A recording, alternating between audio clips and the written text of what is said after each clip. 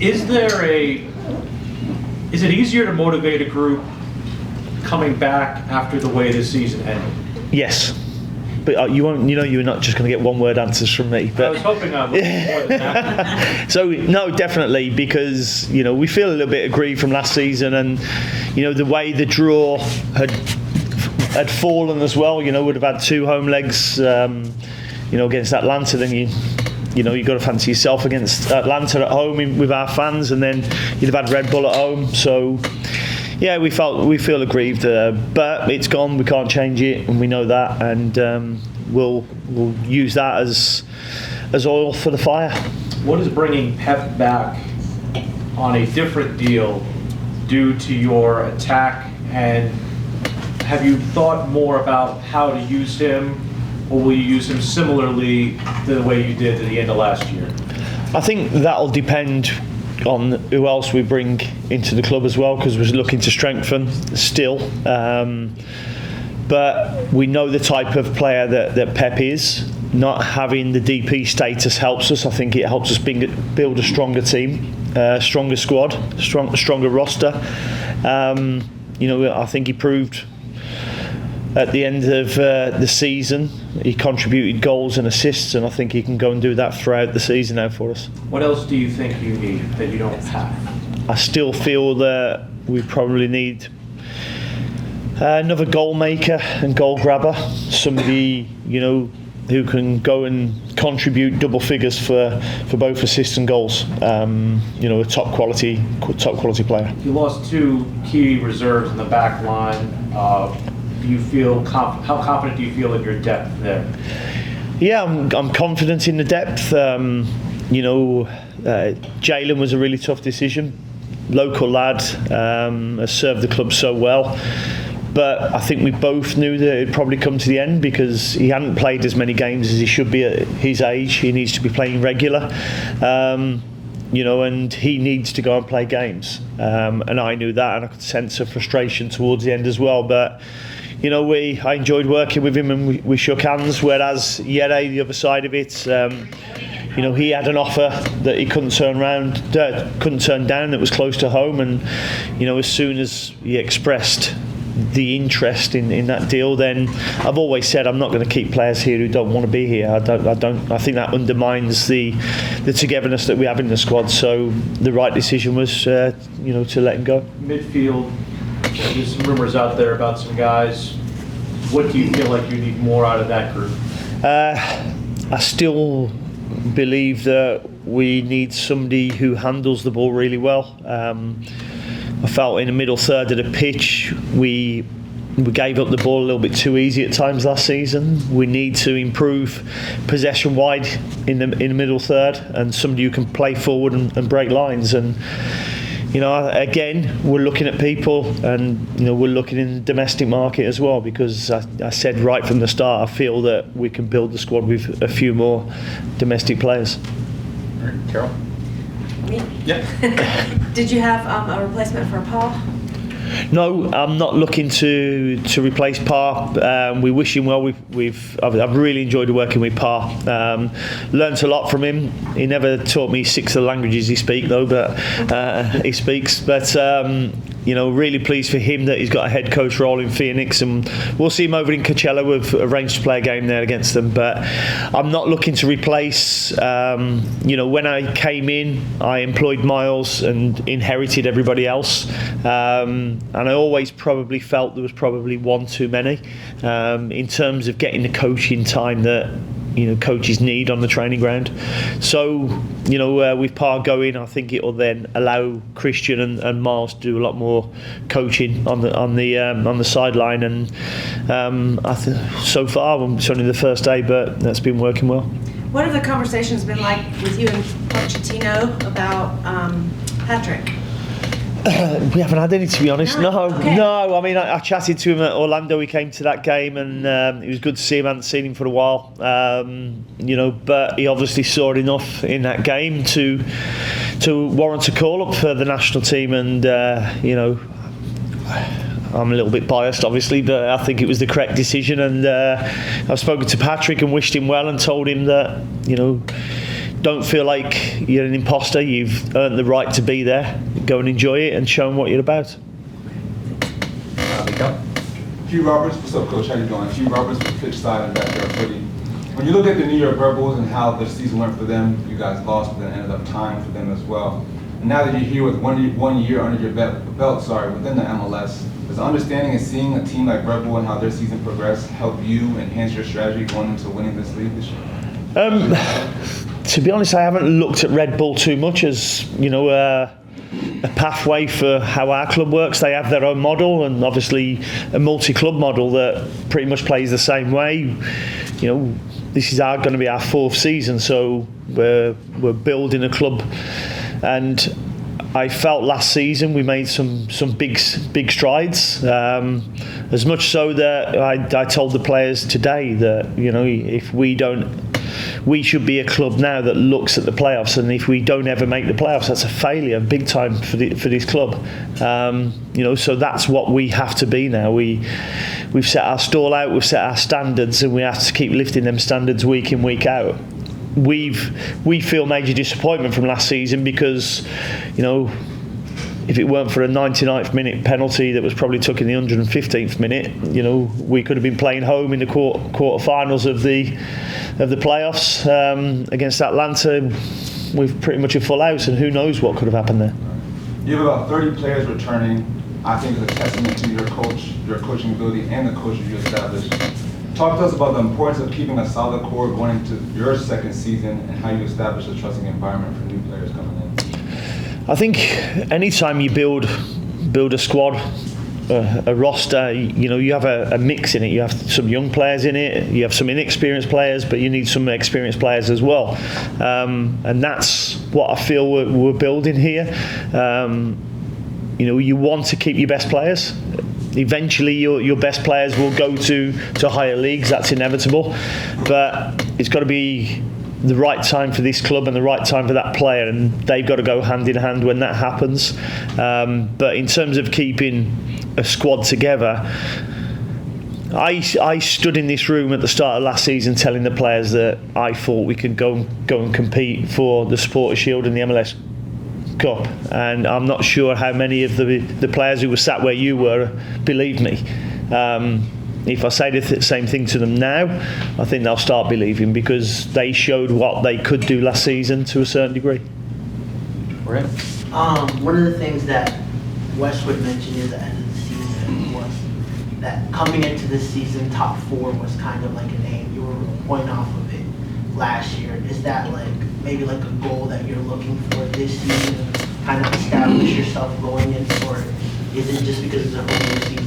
No, again, I sat here last season, last year, having been appointed, and I'm not here to say I want to finish 4th. I don't think our fans deserve that. I want to win the Supporters' Shield, and then I want to win the MLS Cup, and then, the US Open. If we end up in that, I don't know if we are or not. But the Leagues Cup as well.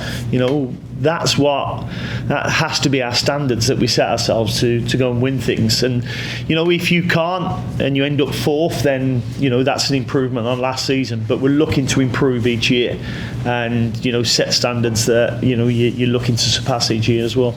Nice. I have to ask you about the Karol Swiderski's situation. Is he a player that you're going to count on this preseason and heading into the season? Or? Well, Karol's here to start training like everybody else, and he'll get the same chance as everybody else, as they always do. And there's a long way to get to the end of pre-season, and I hope that Karol is in the building. If he's not, then something else has happened. So I could say that about every player, though. Not just Karol. Is he a player that you want heading into next season? Yeah, because I've enjoyed working with him, and if he wants to be here, then again I'm happy to have him here. Thank you. Cheers. You haven't boasted as much, but do you win trophies in your 2nd season? No, I don't mention that at all. That's an Ange saying, isn't it? Oh, definitely. Yeah, he's put. I don't think purposely, but there's been a bit of pressure put on him because of that quote. But if it's factual, then why not say it? He keeps bringing it back up in defense of things. But in going through this, and now you're talking about the players believing in it. Have you seen that in training? Is there a little pep in their step. I saw that as the season grew last year, but believing doesn't guarantee you anything. I'm not just here just to say things, because I know words are useless unless you actually go and work towards it and do the right things. I'm confident that the players will do the right things, will look to keep improving, and if they do that, then it gives them the chance. And some of the younger players like Berkamas and Romero and stuff, do you see them contributing this season?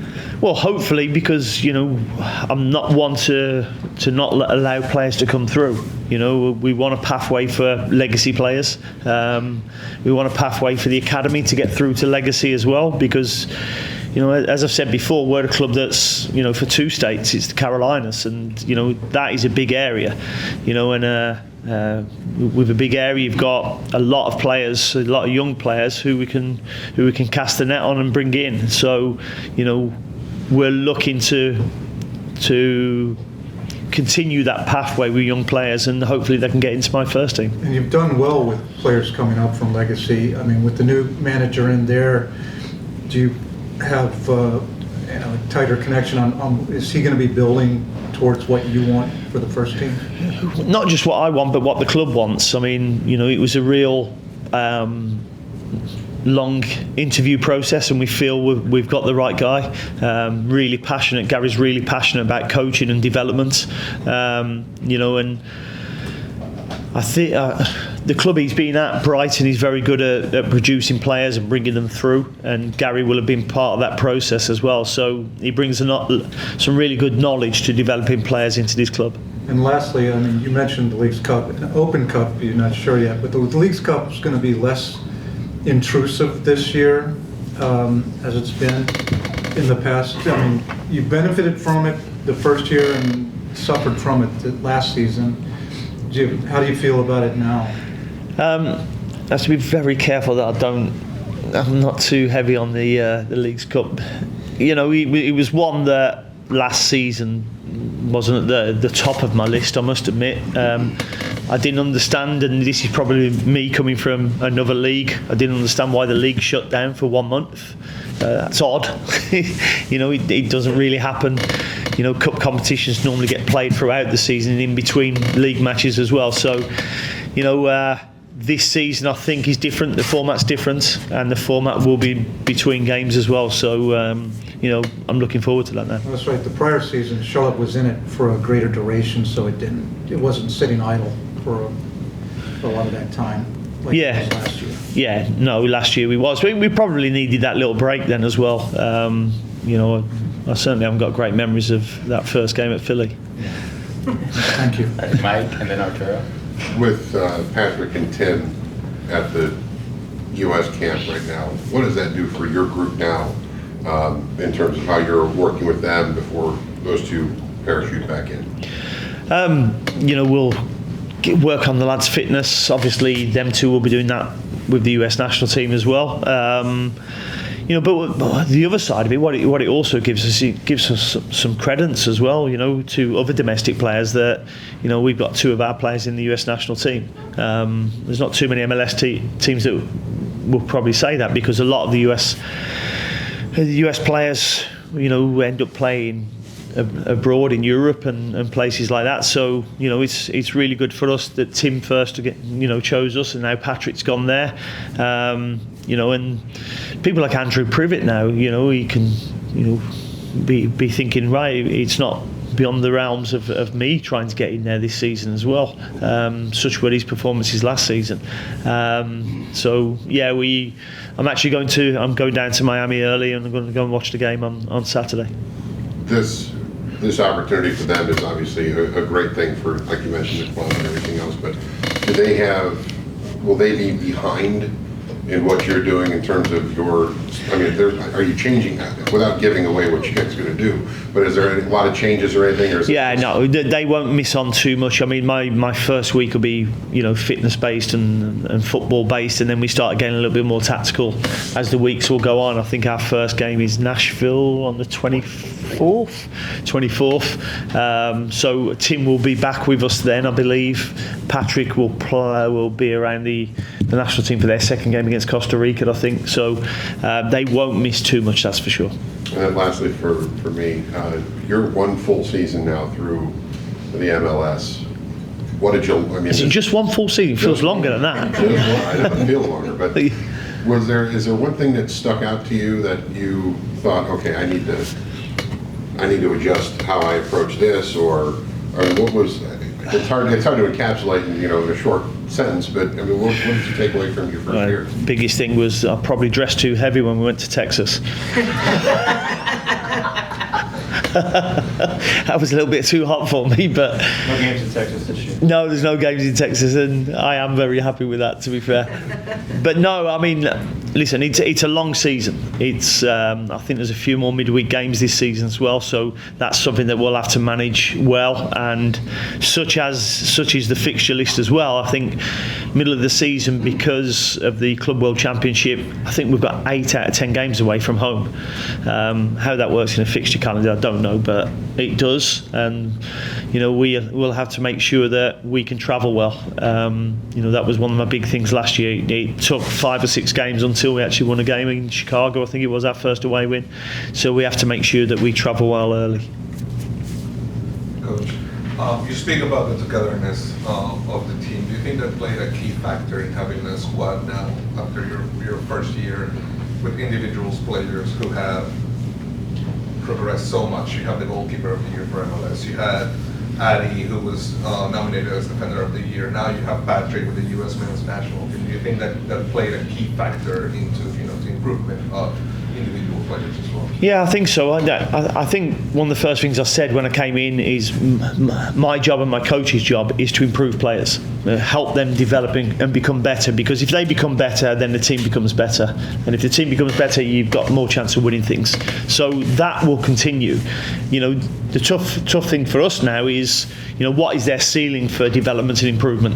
Us as coaches now have got to make sure that we're pushing these players to become better. That, Adil won the majority of the Player of the Year awards for the club last year. We've got to make sure that we make him better. His return of 1 goal wasn't good enough for him. So, that's something that he can improve on, and that'll go in his individual development plan to get better.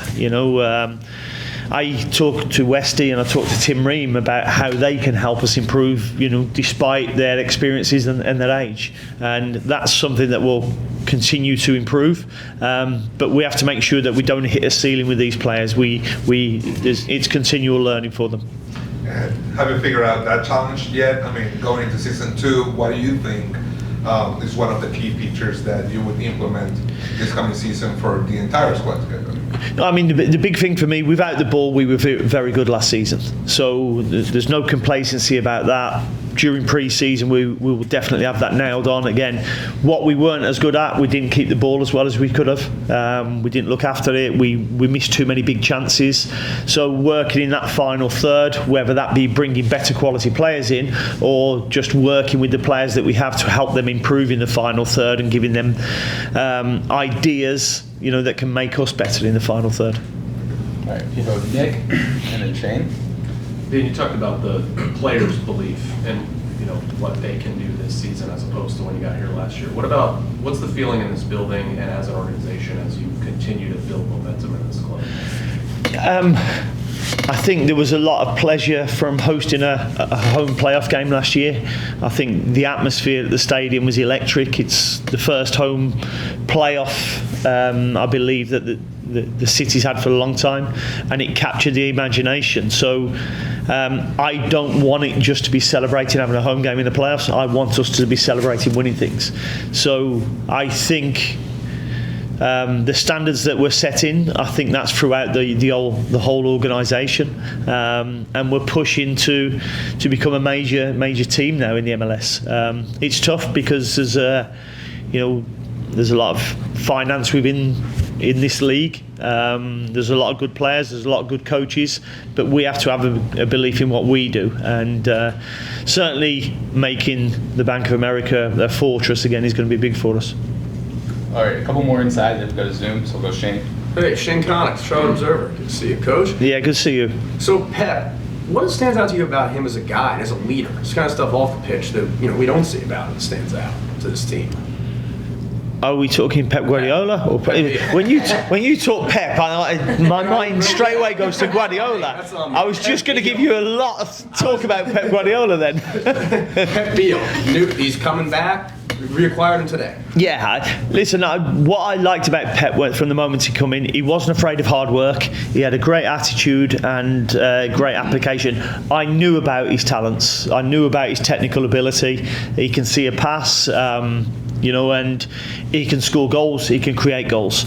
So the biggest thing for me is when you get a player of that quality come in is to make sure that the attitude is good. His attitude was first class, and to be fair, I think the biggest thing is he wants to come back. And I always think that's a big thing. When you've got a player who's hungry to be back, enjoyed the short time he had with us, then I think that's a big thing for both parties. And how did you notice kind of his teammates take after him last year, particularly as he came in, a lot of experience, his talents, and then kind of the team just embraced him and rallied around him? Yeah, they worked really hard with him. They enjoyed working with him. I mean, he was involved in one of the goals of the season that Karol Swiderski scored with a great little build-up play, and that's the sort of things you can do. And I always feel when you start bringing in players of a certain level, then other players will get to that level as well. And that's what we're trying to do with the other players. Carlos? Hi, Coach. Hi. Two questions. The first one, I know your roster is still softer. Do you looking for another DP? Yes. In what position exactly?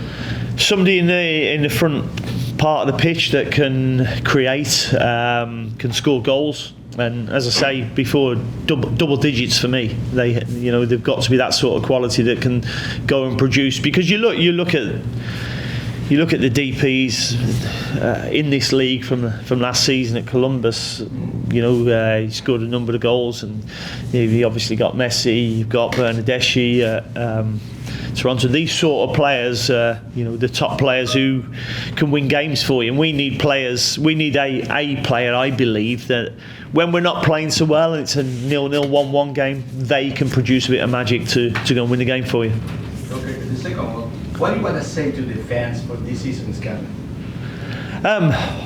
Well, first of all, thank you for last season and all the support they give us. But I'm excited to see them again this season. The support and how they make you feel at home at the Bank of America is incredible. The fans that we end up taking to Orlando at the end of the season, DC, Atlanta.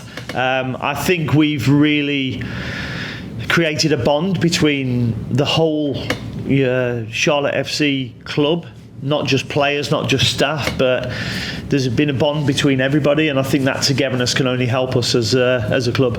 Thank you. Cheers. Coach, the upcoming friendly against North Carolina FC, you've got some familiarity with the Triangle area.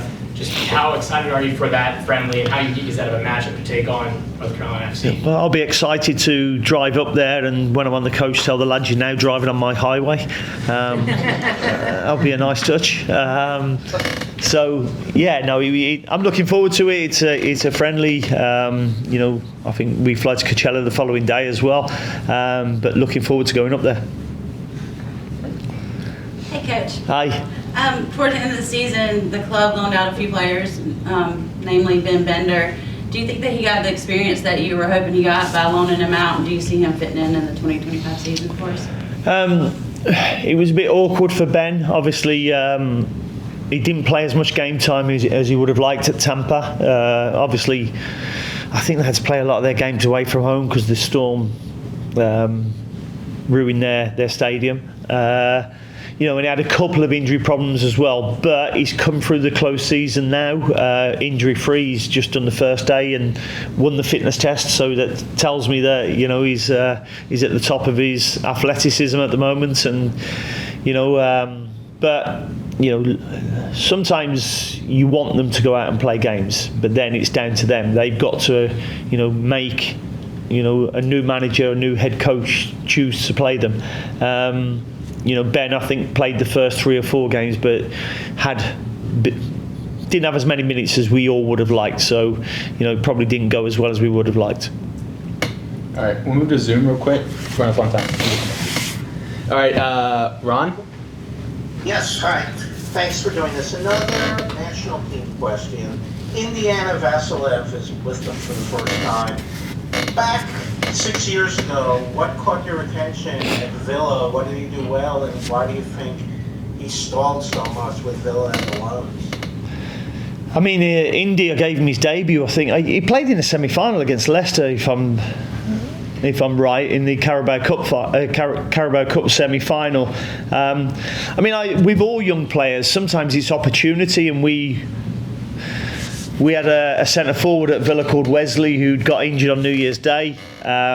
So we were then looking to recruit a new centre forward, and he ended up, Indy's attitude when he'd been training with us, the qualities that he showed, he likes to run in behind. I liked, but I think he went out on loan after that. He came over to the States on loan, and he's ended up staying here ever since. But I like the lad. He was a willing runner, great appetite for the game, and I hope he goes and does well with the national team. Did you get to know him much as a person, and what was he like? I have to. When I'm the head coach of players, then there's the human side. You have to get to know them, and yes, got to know him really well.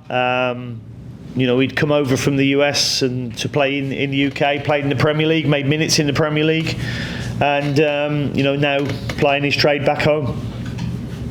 Thank you. Thank you. All right, we'll go to Kara, and then we'll end with Carol in the room.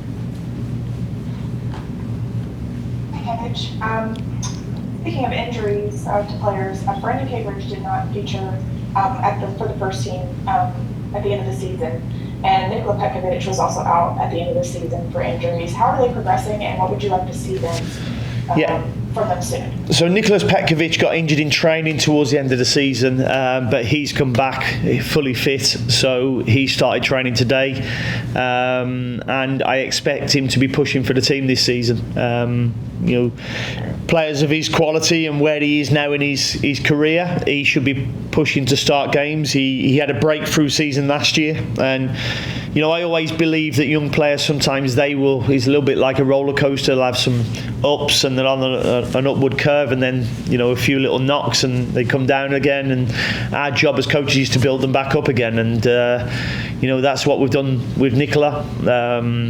Brandon also, he had some tendonitis in his knee, so he won't probably be ready for the Nashville game, but we're hoping that he'll be ready then to play some minutes against Sporting Kansas down in Miami. So they're both running. Jelani Forbes is back running as well, so we're hoping that them two, Brandon and Jelani, will be back fully fit by early February.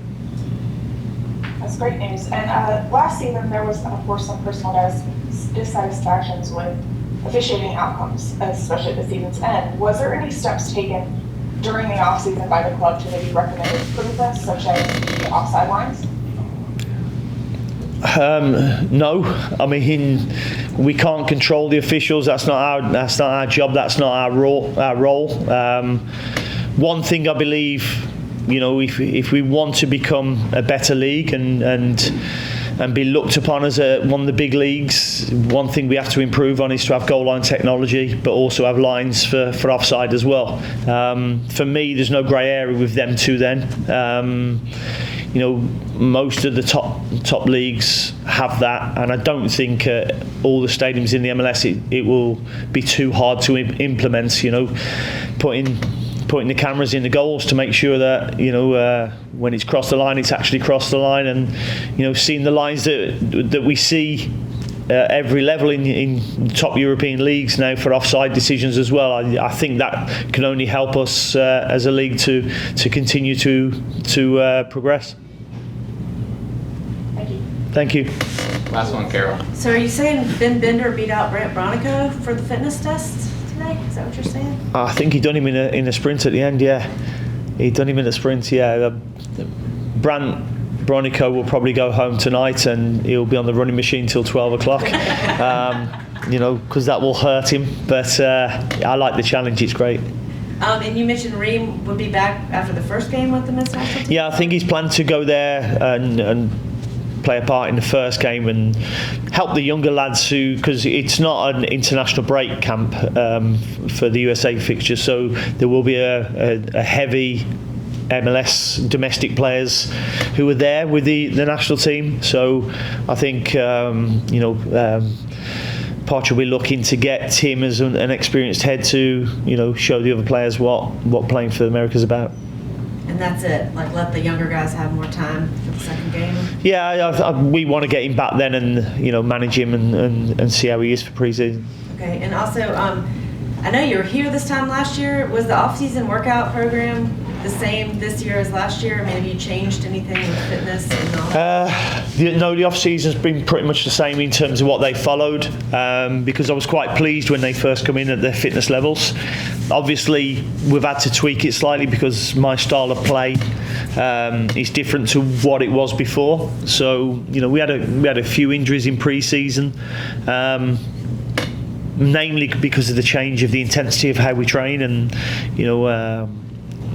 I like players to be running more high speed and sprinting more than they previously were. So it's had to be tailored a little bit. And I know you did a lot of team building last year in camp. Will you do a little bit of that just because you have new guys coming in, or will you?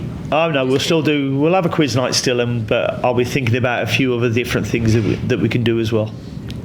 I like a competitive edge while we're away. All right, good note to end on. Thank you guys. Thank you very much. Good to see you all.